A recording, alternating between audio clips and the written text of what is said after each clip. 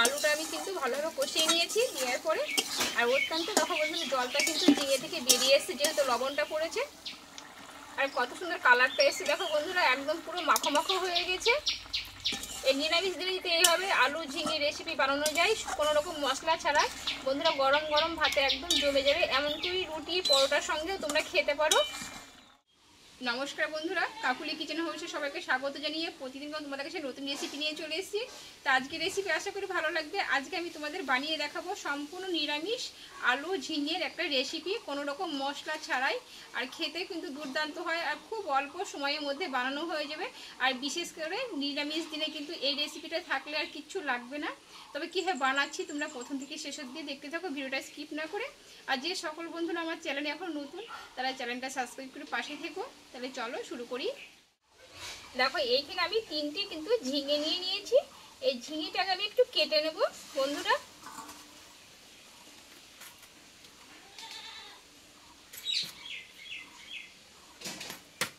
আর এই ঝিঙেটা একটু মোটা সাইজে করে কেটে নিতে হবে।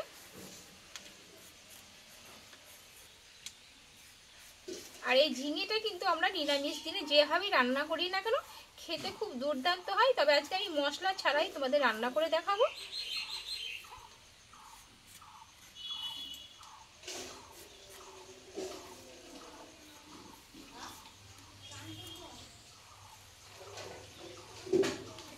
দেখো আমি ঠিক এইভাবে কেটে নেব, একটু মোটা সাইজে করে।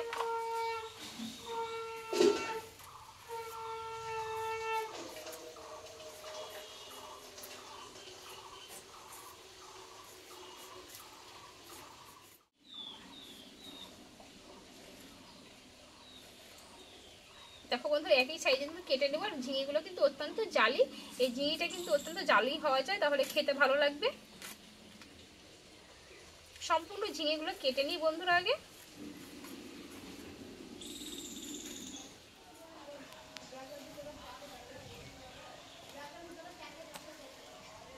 দেখো বন্ধুরা এখানে কিন্তু ঝিঙেগুলো আমি সব কেটে নিয়েছি, একটু জল দিয়ে এটা ধুয়ে নেব।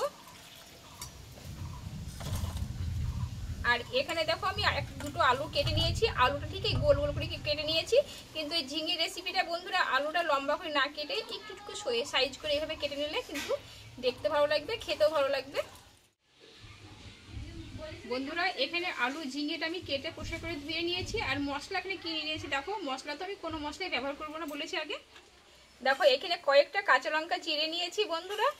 আর এখানে নিয়েছি বড় চামচের 1 চামচ পোস্ত নিয়েছি। আর নিয়েছি 1 চামচ চারমগজ। আর এখানে নিয়েছি 5টা কাজু বাদাম। এইটাই হচ্ছে মশলা। এইটা বন্ধুরা আমি শিলনোড়ায় বেটে নেব।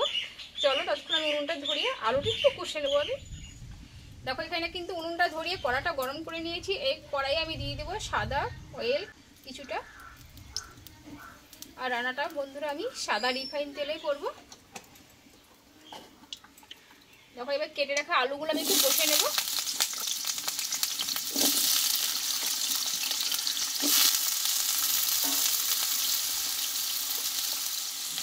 একটু দেবো হলুদ গুঁড়ো দিয়ে আলুটা একটু ভালোভাবে কষিয়ে নেব।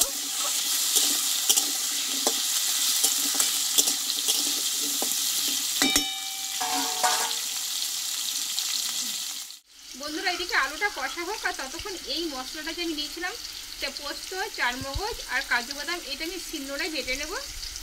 দেখো আলুটা কষতে কষতে আমার বাটনটা কিন্তু বাটা হয়ে গেল।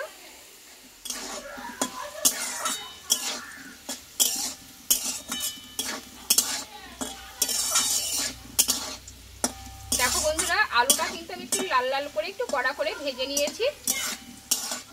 আমি এই আলুটা একটু তেল থেকে তুলে নেব। দেখো এই ছাঁকনি দিয়ে আমি আলুগুলোকে তুলে নেব। আর রান্নাটা কিন্তু বন্ধুরা এই তেলটাতে আমার হয়ে যাবে। খুব অল্প তেল মশলাতে কিন্তু আমি রান্নাটা করব। খেতে কিন্তু খুব দুর্দান্ত হয়। তোমরা ভিডিওটা স্কিপ না করে দেখতে থাকো। দেখো এই তেলটা দেবো 1/2 চামচের কম গোটা জিরে। আর দেবো এখানে একটা ছোট এলাচ। আর দেবো কয়েকটা কাঁচা লঙ্কা চেরা। দেখো ফোড়নটা কিন্তু আবার হয়ে গেছে। এবার আমি কেটে রাখা ঝিঙেগুলোকে দিয়ে দেবো। দিয়ে এবার তেলে এবার ধীরে ধীরে ভালোভাবে একটু ঝিঙেগুলোকে কষিয়ে নেব।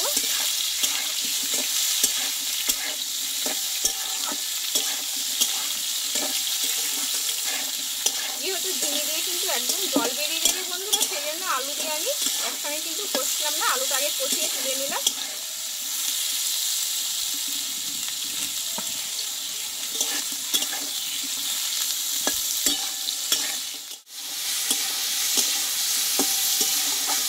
দেখো বন্ধুরা এখানে কিন্তু ঝিঙেটা আমার কষানো হয়ে গেছে, আর জলটা দেখো উষ্ণান্ত বেরোতে লেগেছে। এইবার এখানে দেবো বড় সাইজের টমেটো, আর দেবো স্বাদ মতো লবণ, আর দেবো হলুদ গুঁড়ো, দিয়ে একটু আমি নাড়াচাড়া করে নেব।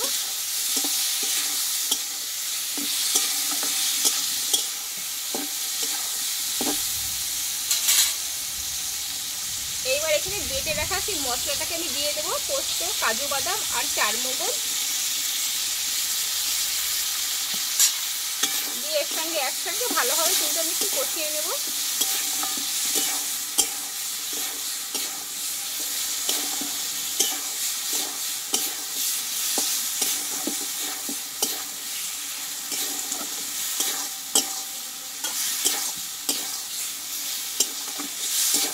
দেখো সম্পূর্ণ মশলাটা দিয়ে আমি কিন্তু ঝিঙেটা ভালোভাবে কষিয়ে নিয়েছি। এইবার কষে রাখা আলুগুলোকে দিয়ে দেবো। এই আলু আর ঝিঙে মশলার সঙ্গে আরও 1 মিনিট মতো খুব অল্প আছে আমি কষিয়ে নেব।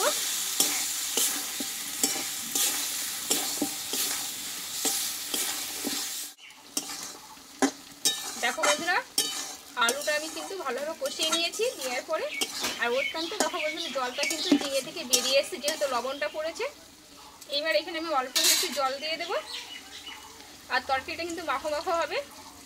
আমি এখানে নর্মাল জলই দিলাম, আর বাকি কাঁচা লঙ্কা চিরাটা দিয়ে দেবো ওপর দিয়ে।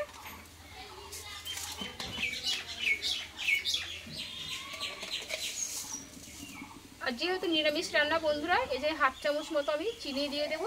তোমরা তোমাদের আন্দাজ মতো দিতে পারো কম বেশি করে চিনিটা। এবার খুব অল্প আছে 6 থেকে 7 মিনিট মতো আমি এটা ফুটিয়ে নেব, যেহেতু আলুটা কিন্তু বন্ধুরা সেদ্ধ হয়ে গেছে কষতে গিয়ে।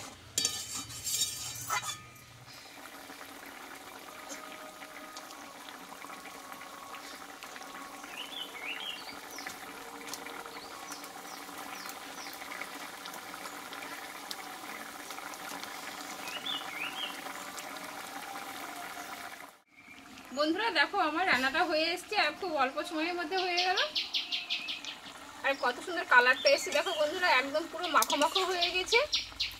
এই নিরামিষ দিনে যদি এইভাবে আলু ঝিঙে রেসিপি বানানো যায় কোনো রকম মশলা ছাড়া, বন্ধুরা গরম গরম ভাতে একদম জমে যাবে। এমনকি রুটি পরোটার সঙ্গেও তোমরা খেতে পারো, একদম এটা কিন্তু ঝোলটা বসে যাবে। আমি একটা আলু ভেঙে দেখাচ্ছি তোমাদের সেদ্ধটা হয়েছে কিনা।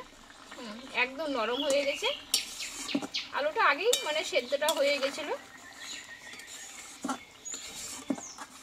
দেখো রান্নাটা কিন্তু আমার পুরোপুরি রেডি হয়ে গেছে, নামিয়ে নেব।